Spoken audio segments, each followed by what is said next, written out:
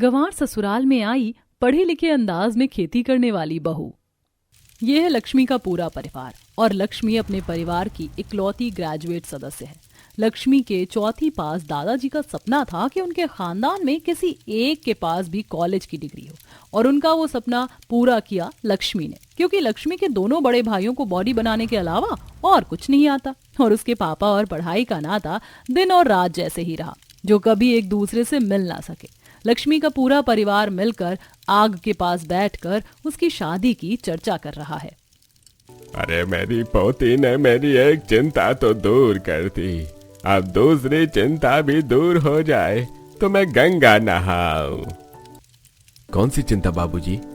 अरे लक्ष्मी की शादी की चिंता। लवकुश बेटे, तुम जानते तो अपने खानदान की परंपरा के बारे में। जानता हूँ बाबूजी, इस खानदान की पकड़ा हुआ ब्याह परंपरा के बारे में, लेकिन आज के समय में कौन ऐसी परंपराओं को निभाता है भला? अरे लवकुश बेटे, वो परंपरा मेरे दादाजी ने बनाई थी, जिसे न मेरे पिताजी बदल सके और न ही मैं तुझे बदलने दूंगा। हमारे खानदान की सभी लड़कियों की शादी पकड़ा हुआ ब्याह से ही हुई है, और मेरी पोती की शादी भी वैसे ही होगी। हे भगवान, मुझे इसी बात का डर था। मम्मी ने इस खानदान की इस परंपरा के बारे में बताया था मुझे, लेकिन दादाजी जिस लड़के को पकड़कर जबरदस्ती मेरी शादी उससे करवाएंगे, अगर वो गरीब हुआ तो, अगर वो अनपढ़ हुआ तो, तब आप क्या करेंगे? तो ये चिंता छोड़ दे लक्ष्मी, क्योंकि मैंने पहले ही तेरे लिए लड़का पसंद कर लिया है। वो लड़का कौन है बाबूजी? अरे वो लड़का है विधायक चरण सिंह का इकलौता बेटा सुंदर। लेकिन बाबूजी, उसकी किडनैपिंग में कुछ ऊंच नीच हो गई तो? वो सब मैंने सोच लिया है। आखिर मेरे दोनों बॉडी बिल्डर पोते कब आएंगे? तभी बुझी आग को देखकर दिलीप, अरे आग तो जलाओ कोई।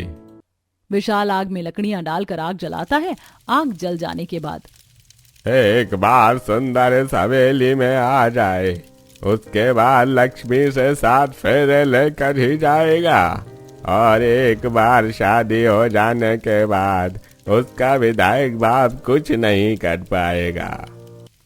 तभी दिलीप जी अपने पोतों के कान में अपनी प्लानिंग बताते हैं। आज रात में ही हम दोनों भाई मिलकर इस काम को अंजाम दे देंगे दादाजी।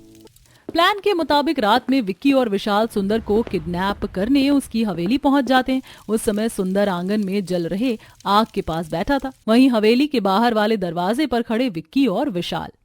वो देख विशाल, सुंदर के पास कोई भी नहीं है, यही सही मौका है, चल।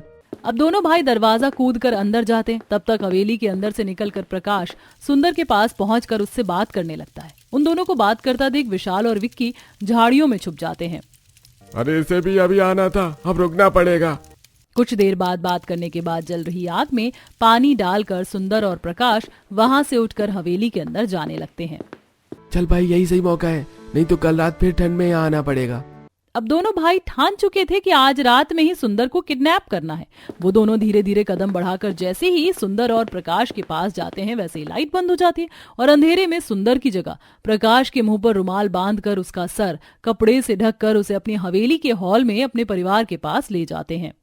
अरे मुझे पता था तुम ये काम कर लोगे, इसीलिए मैंने पहले से ही पूरा इंतजाम कर लिया था।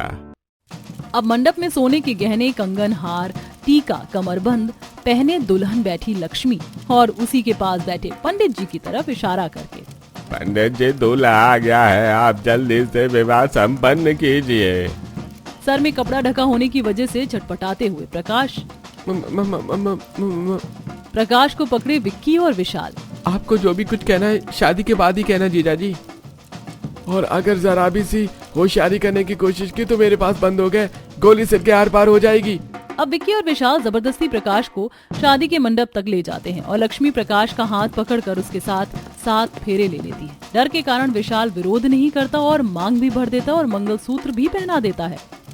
अरे विवाह संपन्न हुआ, अब ये दोनों पति पत्नी हुए। बधाई हो सुंदर जी, अब आप इस घर के दामाद हुए। सिर से कपड़ा हटाकर और मुंह से रुमाल खोलकर प्रकाश, कौन सुंदर? मैं कोई सुंदर नहीं हूँ, मैं तो प्रकाश हूँ। आप लोगों ने जबरदस्ती मुझ गरीब की शादी इस लड़की से करवा दी। अरे नालायक को किसे उठाने भेजा था और किस गरीब को उठा लाए?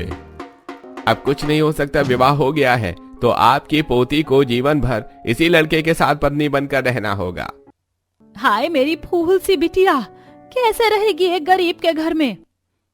मैं नहीं जाऊंगी इस गरीब के घर। अरे बेटी, शादी हो गई है तो जाना तो पड़ेगा ही। अब ना चाहते हुए भी पढ़ी लिखी अमीर लक्ष्मी को गरीब प्रकाश के घर उसकी पत्नी बनकर जाना पड़ता है। कच्ची मिट्टी के बने खपरैल के घर के आंगन में प्रकाश के साथ खड़ी लक्ष्मी। हे भगवान, अब मुझे जिंदगी भर इस कच्चे घर में रहना होगा।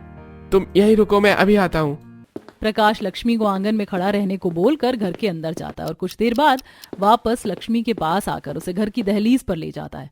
घर के अंदर साड़ी के ऊपर पुराना रफू स्वेटर पहने, हाथ में आरती की थाली लिए प्रकाश की माँ ऋतु और उसकी दोनों भाभियां सुधा और मंजू। चलो जो हुआ अच्छा हुआ, तुझे इतनी सुंदर दुल्हन जो मिल गई प्रकाश। दहलीज पर रखे कलश की तरफ इशारा करके ऋतु, बहू कलश गिराकर अपने इस गरीब घर में प्रवेश करो। अब ना चाहते हुए भी लक्ष्मी को गृह प्रवेश करना पड़ता है। लक्ष्मी के गृह प्रवेश करते ही उसकी सास ऋतु उसकी आरती उतारती है और उसकी दोनों जेठानियां उसके पास आकर, हाय राम, ये गहने तो शुद्ध सोने के लगते हैं और ये लहंगा भी महंगा लगता है। अपनी जेठानियों का अपने पास आना लक्ष्मी को पसंद नहीं आता। तभी लक्ष्मी, अरे तुम दोनों मुझसे दूर रहो, तुम्हारे कपड़े कितने गंदे हैं, तुम्हें देखकर ऐसा लगता है 4 दिनों से नहाई नहीं हो। अपने बाल देखो कैसे रूखे हैं। लक्ष्मी, ये किस तरीके से तुम मेरी भाभियों से बात कर रही हो? तुमसे मेरी शादी होना तुम्हारे परिवार वालों की गलती है, मेरी नहीं। मैंने मंडप में कई बार अपनी सच्चाई बताने की कोशिश की, लेकिन मुंह बंधा होने की वजह से कुछ बोल नहीं पाया। तो मैं क्या करूं? मैं इस घर में इन गंवारों के साथ नहीं रह सकती, जिन्हें ये भी नहीं पता कि किसी अमीर पढ़ी लिखी लड़की से किस तरह बात की जाती है। भले ही तुम अमीर हो, पढ़ी लिखी हो, लेकिन अब इस गरीब घर की बहू हो तो तुम्हें इस घर में वैसे ही रहना होगा जैसे इस घर के लोग रहते हैं, मिलजुल कर प्यार से। प्रकाश, ये किस तरीके से बात कर रहे हो बहू से? ये इस घर में नई नई आई है, इसे थोड़ा वक्त लगेगा, ये सब समझ जाएगी। तभी लक्ष्मी की तरफ देखकर ऋतु, बहू तुम थक गई होगी, थोड़ा आराम कर लो। अब प्रकाश लक्ष्मी को अपने कमरे में ले जाता है। कच्ची मिट्टी की दीवारें और कोने में रखी चारपाई के ऊपर बिछे गद्दे और अस्त व्यस्त कमरे को देखकर लक्ष्मी, इतने छोटे बिस्तर पर मुझे कैसे नींद आएगी, ऊपर से ये सर्दी। अभी तुम थोड़ा एडजस्ट कर लो, कुछ दिनों बाद मैं कुछ इंतजाम कर दूंगा। इतना बोलकर प्रकाश कमरे से चला जाता है और लक्ष्मी बिस्तर पर बैठकर अपनी किस्मत को कोसने लगती है। मेरे भाइयों की वजह से हुआ है ये सब। लक्ष्मी कमरे में अकेली बैठी थी।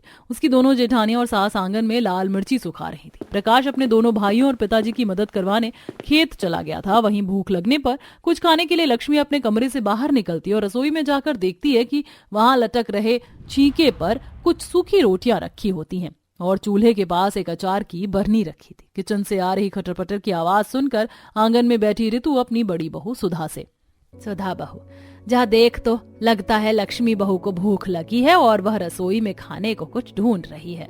तभी सुधा रसोई में जाती है। वहां खड़ी लक्ष्मी को देखकर, क्या हुआ देवरानी जी, आपको भूख लगी है तो रोटी और अचार खा लो। मैं बासी रोटियां नहीं खाऊंगी, मुझे बासी खाना खाने की आदत नहीं है। तो ठीक है, मैं आपके लिए गर्मा गर्म रोटियां सेक देती हूँ।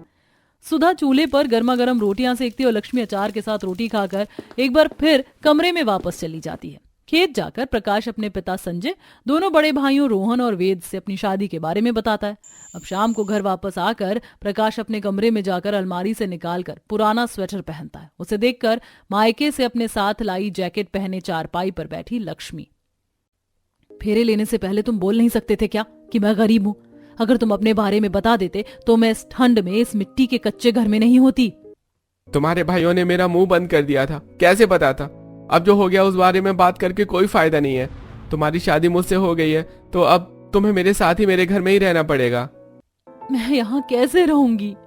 तुम चिंता मत करो, मैं अपने घर वालों को सब समझा दूंगा, वो तुमसे किसी काम के लिए नहीं कहेंगे। प्रकाश, खाना बन गया है, बहू को ले आ और तू भी खाना खा ले।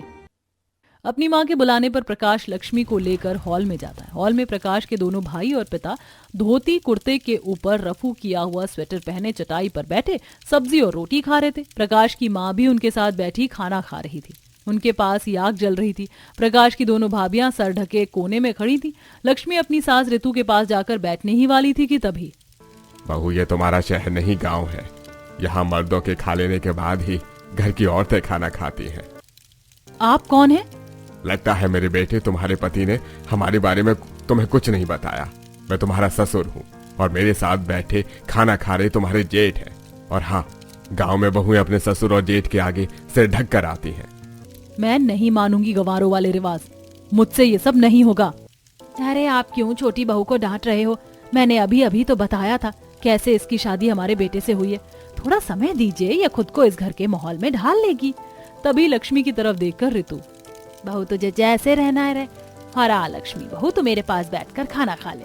लक्ष्मी अपनी सास ऋतु के बगल में बैठकर खाना खाने के बाद कमरे में चली जाती है। थोड़ी देर बाद प्रकाश भी खाना खाकर कमरे में आ जाता है। कमरे में चारपाई पर बैठी लक्ष्मी, एक ही दिन में मेरा ये हाल हो गया है तो अपनी पूरी जिंदगी कैसे बिताऊंगी इन गंवारों के साथ। लक्ष्मी, वो गंवार भले ही हैं लेकिन मेरे परिवार वाले हैं, और तुम फिक्र मत करो, मैं तुमको जबरदस्ती अपने साथ नहीं रखूंगा। तो क्या करोगे तुम बताओ? कुछ ना कुछ सोच लूंगा, अभी तुम सो जाओ, थकी होगी। इतना बोलकर प्रकाश फर्श पर चटाई बिछाकर कंबल ओढ़कर सो जाता है और लक्ष्मी चारपाई पर सो जाती है। सुबह प्रकाश जल्दी उठकर खेत चला जाता है। वहीं सुबह 8 बजे लक्ष्मी की नींद खुलती है। लक्ष्मी अपने साथ लाए बैग से टैब निकालकर यूट्यूब पर गाने सुनने लगती है। गाने की आवाज सुनकर उसकी दोनों जेठानियां कमरे में आ जाती हैं। तभी टैब देखकर, ये क्या है देवरानी जी? इतना भी नहीं पता आप दोनों को ये टैब है? ये टैब क्या होता है? इन्हें ये भी नहीं पता कि टैब क्या होता है। इतना गंवार कोई कैसे हो सकता है यार? ये सब आप दोनों प्रकाश से पूछना। हाय दैया देवरानी जी, आप देवर जी का नाम लेती हो। नाम ना लूं तो क्या कहूं? आप दोनों जाओ यहां से, मुझे डिस्टर्ब मत करो। लक्ष्मी की बेरुखी बातें सुनकर उसकी दोनों जेठानियां वहां से चली जाती हैं। ऐसे ही कुछ दिन बीत जाते हैं। एक शाम आंगन में कुर्सी पर बैठी टैब पर आर्टिकल पढ़ रही लक्ष्मी खेत से वापस प्रकाश को आता देख उससे अपनी दोनों जेठानियों की शिकायत करती है। लक्ष्मी, अब तुमको बेवजह इस जबरदस्ती के रिश्ते को नहीं निभाना पड़ेगा। मैं कुछ समझी नहीं प्रकाश, तुम क्या कहना चाहते हो? जिन हालातों में हमारी शादी हुई वो मैं जानता हूँ, और यह भी जानता हूँ कि तुम इस घर में हमारी बेवजह के रिश्ते की वजह से हो। इसलिए आज जब मैं वकील से खेत के सिलसिले में मिलने गया था तो वकील से मैंने हमारे तलाक के बारे में भी बात की थी। अरे वाह, तो क्या बोला वकील ने? उसने बताया कि अगर 6 महीने तक पति पत्नी के बीच संबंध नहीं रहते तो तलाक हो सकता है। ये तो बहुत अच्छी बात है। मतलब अब 6 महीने के बाद मुझे इस रिश्ते और गंवार ससुराल से छुटकारा मिल जाएगा। अब उस दिन के बाद लक्ष्मी एक एक दिन करके 6 महीने बीतने का इंतजार करने लगी। तलाक की बात प्रकाश ने अपने सभी घर वालों से भी बता दी थी और ये भी समझा दिया था कि कोई भी लक्ष्मी को कुछ नहीं कहेगा।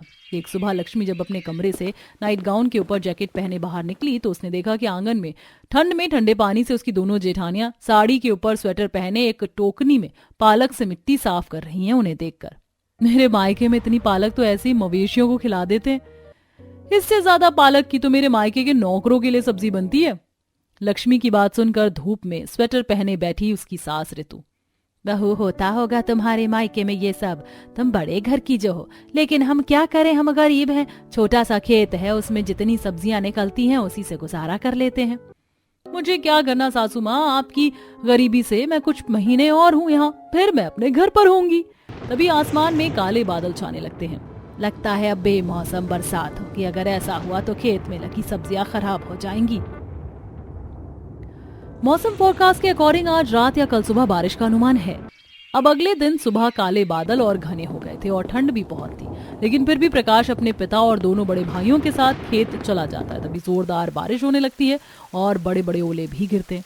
अपनी दोनों बड़ी बहुओं के साथ आंगन में रखे उपले और सूखी लकड़ियां घर के अंदर रखने और आम के पेड़ के पास बंधे 2 बीमार बैलों को घर के अंदर करने के बाद ऋतु दरवाजे पर खड़ी होकर, भगवान को भी हम गरीबों पर दया नहीं आती। इस बेमौसम ठंड की बरसात में सब्जियां बर्बाद हो जाएंगी, अब हमारा गुजारा कैसे होगा। ऋतु की बात सुनकर अपने कमरे की खिड़की पर खड़ी लक्ष्मी, सासू माँ इस वक्त आपके तीनों बेटे और ससुर जी खेत में हैं। आपको उनकी चिंता नहीं है, सब्जियों की चिंता हो रही है। मुझे पता है बहू, वो तीनों जैसे तैसे अपने आप को बचा लेंगे, लेकिन खेत में लगी सब्जी का क्या होगा, वही हमारे जीने का सहारा है। भले ही लक्ष्मी अपने गरीब ससुराल में मजबूरी में रह रही थी, लेकिन थी तो इंसान ही। अपनी सास को परेशान और दुखी देखकर उसे भी दुख होता है। ये लोग गरीब हैं, इनके लिए फसल ही सब कुछ है, लेकिन मैं क्या कर सकती हूँ। अब दोपहर तक बारिश भी होती है और ओले भी गिरते हैं और खपरेल की छत से पानी भी टपकने लगा था। छत से टपक रहे पानी के नीचे लक्ष्मी की सास और दोनों जेठानियां बर्तन रख देती हैं। बारिश रुकने के कुछ देर बाद प्रकाश अपने दोनों भाइयों और पिता के साथ भीगी हालत में घर वापस आता है। हमारे खेत में लगी पूरी सब्जियां बर्बाद हो गई भाग्यवान। अब हम कुछ नहीं कर सकते, बर्बाद हो गए हम पूरी तरह से। अब हम क्या खाएंगे और कैसे रहेंगे? हमारी बीमार बैलों का क्या होगा? अब उनका इलाज कैसे हो पाएगा? उस दिन किसी के गले से भी निवाला नीचे नहीं उतरता और रात में भी लाइट चालू नहीं होती। हॉल में आग जलाकर बैठे अपने पूरे परिवार के साथ बैठी लक्ष्मी। रात हो गई है प्रकाश, अंधेरा हो गया, लाइट ऑन कर लो। बहू, अगर सब सही रहा तो अगली फसल आने में 2 से 3 महीने लग जाएंगे। तब तक हमें ऐसे ही छोटी छोटी बचत करनी होगी। बिजली का बिल बचाने के लिए हमें अंधेरे में रहना होगा। अरे यार, मैं ऐसे कैसे 6 महीने अंधेरे में रह सकती हूँ? कुछ सोच लक्ष्मी, कुछ सोच, ताकि ये लोग गरीबी से बाहर निकल जाएं। अब पूरी रात लक्ष्मी अपने कमरे में चारपाई पर लेटी सोचती रहती है और सुबह होते ही आंगन में परेशान बैठे अपने सभी ससुराल वालों के पास जाकर पोटली में बंधे अपने गहने देते हुए कहती है, ये लो प्रकाश, मेरे गहने तुम इन्हें सुनार के पास गिरवी रखाओ। जो रुपए मिलेंगे उससे हम कुछ ना कुछ कर लेंगे। बहू, हम गरीब जरूर हैं, लेकिन इतने लालची नहीं कि तुम्हारे गहने गिरवी रखवा दें। मैं भी तो इस घर की बहू ही हूँ, मेरा भी तो कुछ फर्ज बनता है। भले ही 6 महीने बाद मैं यहाँ से चली जाऊंगी, लेकिन जब तक इस घर में हूँ तब तक मैं अपना फर्ज निभाऊंगी। अब लक्ष्मी के समझाने पर उसके ससुराल वाले समझ जाते हैं और प्रकाश लक्ष्मी के गहने सुनार के पास गिरवी रखाता है। गहने गिरवी रखने पर जितने भी रुपए प्रकाश को मिलते हैं, घर वापस आकर आंगन में आम के पेड़ के पास बंधे बैलों को बाल्टी से पानी पिला रही लक्ष्मी को देता है। प्रकाश, ये पैसे तुम अपने पास रखो, और क्या तुम मुझे अपना खेत दिखा सकते हो? अब प्रकाश लक्ष्मी को अपने छोटे से खेत ले जाता है।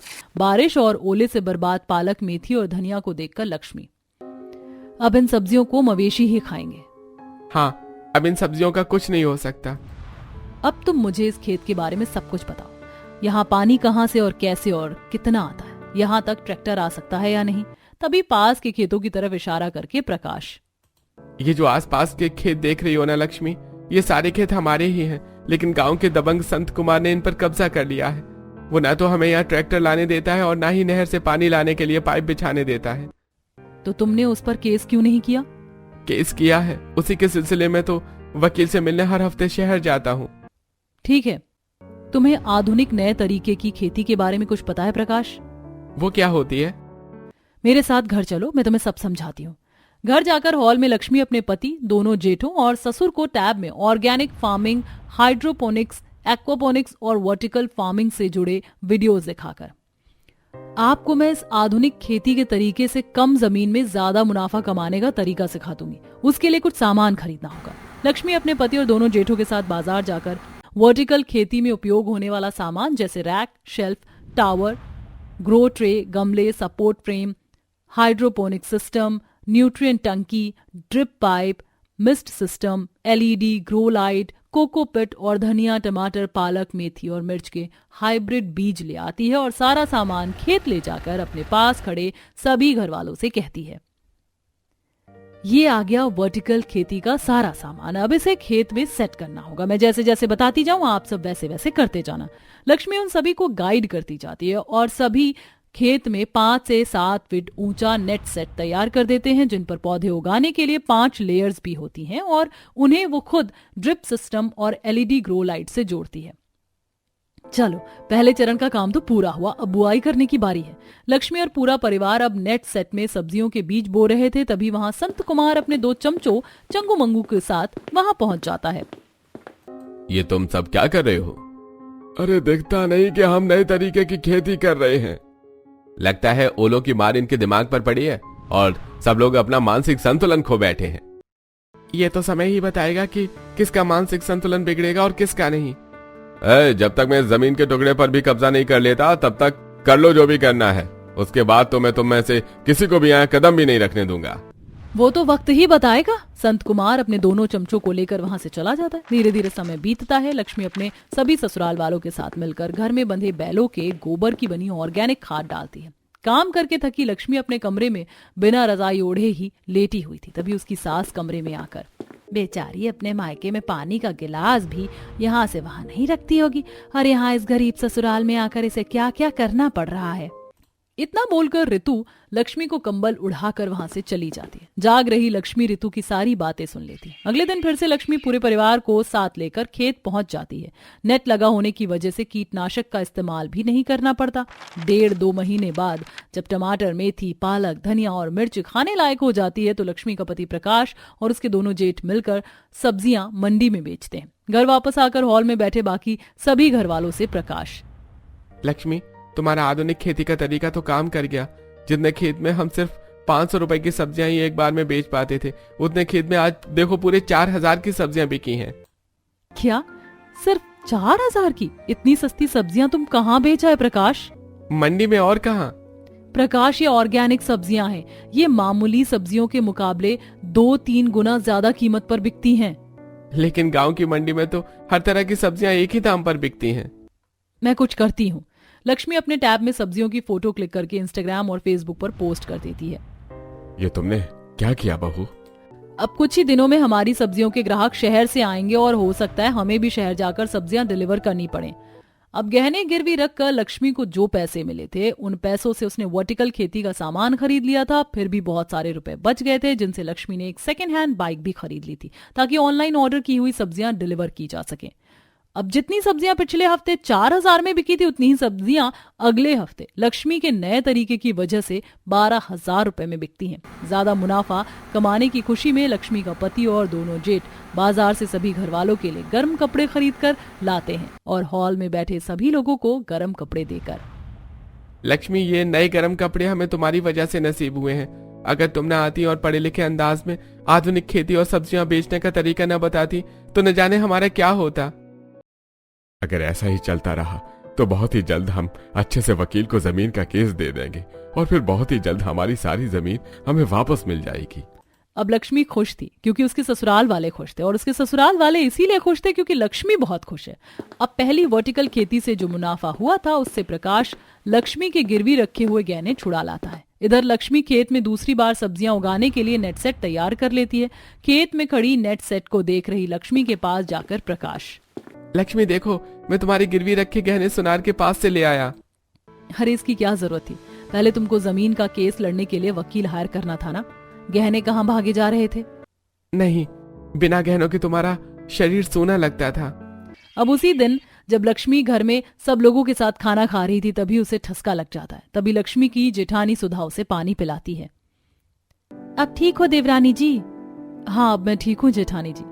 लक्ष्मी जिन्हें गंवार कहती थी अब वो उनका प्यार महसूस करने लगी थी। उस रात लक्ष्मी को पहली बार अपने गरीब ससुराल की चारपाई में चैन की नींद आई थी। अगली सुबह हरिया और रमेश लक्ष्मी के पास उनकी आधुनिक और पढ़ी लिखी खेती का तरीका सीखने आते हैं। बहू रानी, मैंने जब पहली बार तुमको नए तरीके की खेती करते देखा तो सोचा इस तरीके से घाटा ही होगा क्योंकि मैं अब तक पारंपरिक खेती ही करता आ रहा था। लेकिन जब पता चला कि आधुनिक खेती में पारंपरिक खेती के तरीके से ज्यादा मुनाफा है तो मैं तुम्हारे पास आधुनिक खेती का तरीका सीखने चला आया। हाँ भाभी जी, आप हमें अपनी पढ़ी लिखी आधुनिक खेती का तरीका सिखाओगी ना? हम भी कम लागत में कम जगह पर ज्यादा मुनाफा कमाएंगे। हाँ, क्यों नहीं। मेरी वजह से किसी का भी भला हो तो मैं पीछे कैसे हट सकती हूँ। लक्ष्मी अपने पति के साथ हरिया और रमेश को खेत ले जाती है और वर्टिकल फार्मिंग के सेटअप के बारे में सब कुछ समझाकर उन्हें पूरे सामान की लिस्ट बनाकर देती है। लक्ष्मी के पढ़े लिखे खेती के तरीके से 6 महीने में ही दूसरी बार भी उसके ससुराल वालों को बहुत मुनाफा होता है। अब 6 महीने में सर्दी भी बीत जाती है और गर्मी आ जाती है। सर्दियों के कपड़े अब पेटियों में रखे जा चुके थे और गर्मी की शाम में चारों सास बहुएं सिंपल सी साड़ी पहने आंगन में लगे आम के पेड़ के पास बैठी पेड़ से गिर रहे कच्चे आम बीन रही थी। तभी बाजार से रोहन और प्रकाश आते हैं। तुम्हारा तरीका काम कर गया लक्ष्मी। अब हमारे पास इतने पैसे हैं कि हम अपनी जमीन का केस शहर के बड़े और जाने माने वकील विनय को दे सकें। कल ही उसके पास जाना है। ये तो बहुत अच्छी बात है प्रकाश। मेरा दिल कहता है कि ये केस हम ही जीतेंगे। तुम भी मेरे साथ वकील के पास चलना। मुझे या इस घर में किसी और को पढ़ना लिखना तो आता नहीं है। तुम साथ रहोगी तो बहुत मदद हो जाएगी। हाँ जरूर, वकील के पास तुम्हें मेरी जरूरत तो होगी ही, नहीं तो तुम्हें पता कैसे चलेगा कौन कौन से पेपर्स देने हैं। ये तो खुश होने का समय है, तुम उदास क्यों हो गए प्रकाश? लक्ष्मी प्रकाश की उदासी की वजह नहीं समझ पाई थी क्योंकि वो भूल गई थी कि 6 महीने पहले प्रकाश ने क्या कहा था और वो ये अंदाजा नहीं लगा पाई कि प्रकाश उसे वकील के पास क्यों ले जा रहा है। अगले दिन प्रकाश लक्ष्मी को वकील विनय के केबिन में ले जाता है, जहां जमीन से जुड़े सभी जरूरी पेपर्स विनय को देकर लक्ष्मी, अब हम ये केस जीत तो जाएंगे ना वकील साहब। सभी पेपर्स देखने के बाद विनय, अब आप चिंता मत करिए, हमारे पास बहुत सबूत है संत कुमार की धोखाधड़ी साबित करने के लिए।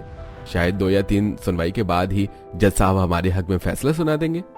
अच्छा, तो अब हम चलते हैं वकील साहब। मैंने आपसे तलाक के जो प्रकाश की बात पूरी होने से पहले ही, हाँ वो रेडी है ना।